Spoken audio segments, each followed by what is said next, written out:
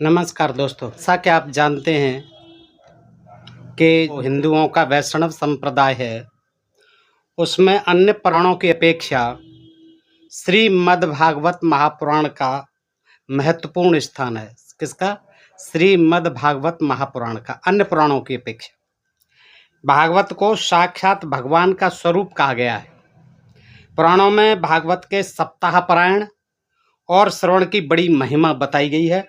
अतः हिंदू समाज में सदा जगह जगह पर भागवत का सप्ताह पारायण होता रहता है। ये आपने देखा ही है दोस्तों, और सुनने वालों की भीड़ लगी रहती है। भागवत की कथा सुनना और कहना धर्म एवं पुण्य का कार्य समझा जाता है।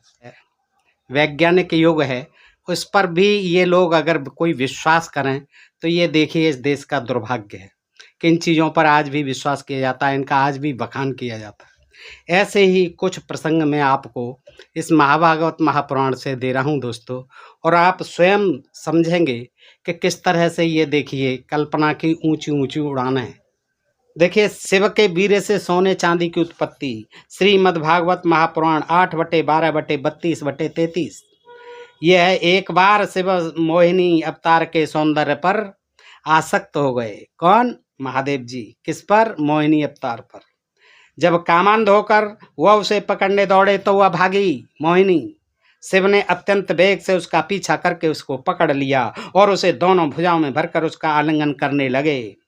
वह इधर उधर खिसक अपने को छुड़ाने की चेष्टा करने लगी। अंत में वह किसी प्रकार छूटकर भाग गई। शिव उसके पीछे पीछे दौड़ने लगे। इसी छीना झपटी में शिव का वीर स्खलित हो गया। वह पृथ्वी पर जहां जहां गिरा वहां वहां सोने चांदी की खानें बन गई। देखिए, तस्यानुधावतो रेतश्चम स्कंदम दामो घरे तसा सुस्मिणो यूथ पश्येव वासता मनुधावत यत्र यत्रा पतन्हा रेतस्य महात्मनः तान रूपस्यम हेमनश्च क्षेत्राणांशनम महीपते। श्रीमद्भागवत महापुराण 8/12/32/33। अर्थात कामुक हाथिनी के पीछे दौड़ने वाले मदोन्मत्त हाथी के समान वह मोहिनी के पीछे पीछे दौड़ रहे थे शिव जी। यद्यपि शंकर का वीर अमोघ है, फिर भी मोहिनी की माया से वह स्खलित हो गया। इस शंकर का वीर पृथ्वी पर जहां जहां गिरा वहां वहां सोने चांदी की खानें बन गईं। क्या पौराणिक लोग सिद्ध कर सकते हैं कि शिव के वीर से सोने चांदी की खानें कैसे बन गईं? बता सकते हैं? नहीं बता सकते तो ये भी देखिए महागपोड़ हाँक दिए। अब देखिए, ब्रह्मा के प्रत्येक अंग से उत्पत्ति। पुरुष तो क्या, स्त्री के प्रत्येक अंग से उत्पत्ति असंभव है, लेकिन भागवतकार जादूगर की तरह ब्रह्मा के अंग अंग से उत्पत्ति बताता है। भौहों से रुद्र की उत्पत्ति। भागवतकार के अनुसार रुद्र का जन्म ब्रह्मा की भौहों से हुआ था।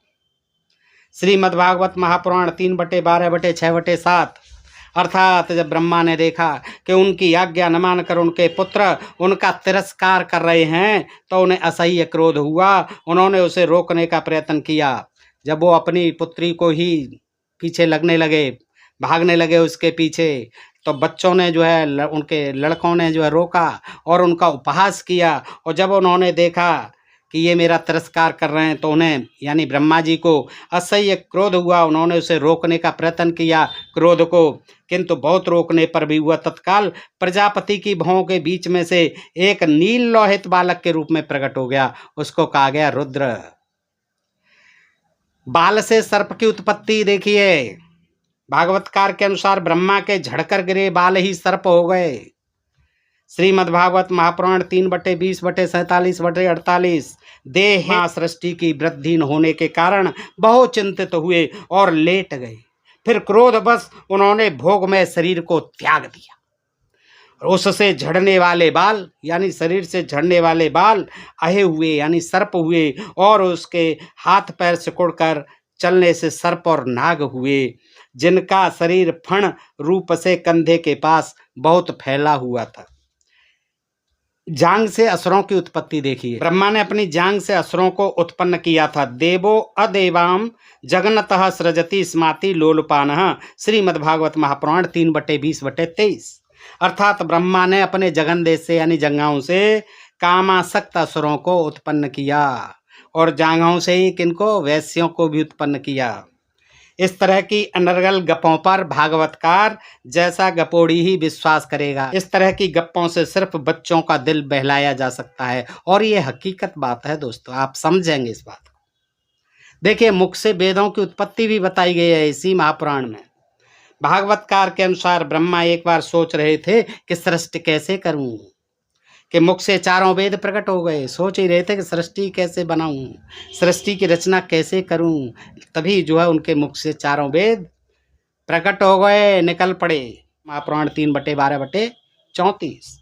अगर किसी के मुख से कोई अस्वाभाविक चीजें निकलती हैं तो उसे बीमारी ही कहा जाएगा, लेकिन ब्रह्मा को क्या कहा जाए? देखिए, सोचिए। नाक से सूअर की उत्पत्ति भी इसी महापुराण में है। इत्यभिध्यायतो नासा विवरात सह मानग बराहतो को निर्गादंगुष्ठम परमाणकः तस्याभिपश्यतः खस्तः क्षणेन किल भारतः गजमात्रः प्रबृद्ध्ये तदमं भूतनम हतः। श्रीमद्भागवत महापुराण 3/13/18/19। अर्थात ब्रह्मा विचार कर रहे थे कि उनके नासा छिद्र से कुछ विचार कर रहे थे, सृष्टि के सृजन के बारे में चिंतन कर रहे थे। उसी समय उनके नासा छिद्र यानी नाक के छिद्र से अकस्मात अंगूठे के आकार का एक वराह शिशु यानी सूअर का बच्चा, बराह का बच्चा निकल पड़ा। बड़े आश्चर्य की बात तो यह हुई कि आकाश में खड़ा हुआ वह बराह शिशु ब्रह्मा के देखते ही देखते, जैसे ही निकला नाक से, ब्रह्मा के देखते ही देखते बड़ा होकर क्षण भर में वो हाथी के बराबर हो गया। किसके बराबर हो गया? हाथी के बराबर। नाक से कभी भी हम और आप सब जानते हैं सूअर के बच्चे की उत्पत्ति नहीं हो सकती है। सूअर का बच्चा सूअर के पेट से ही पैदा हुआ, सूअरी मादा सूअर के पेट से ही पैदा होगा। हर जीव जो है अपनी माँ के ही गर्भ से पैदा होता है। यह सृष्टि नियम के विरुद्ध है इस तरह से नाक से और कहीं भी अन्य अंगों से उत्पत्ति। भागवत का ब्रह्मा जादूगर की तरह लगता है। इस तरह ब्रह्मा की नाक से सूअर, मुख से वेद, जंघा से असुर और बाल से सर्प आदि पैदा हो गए।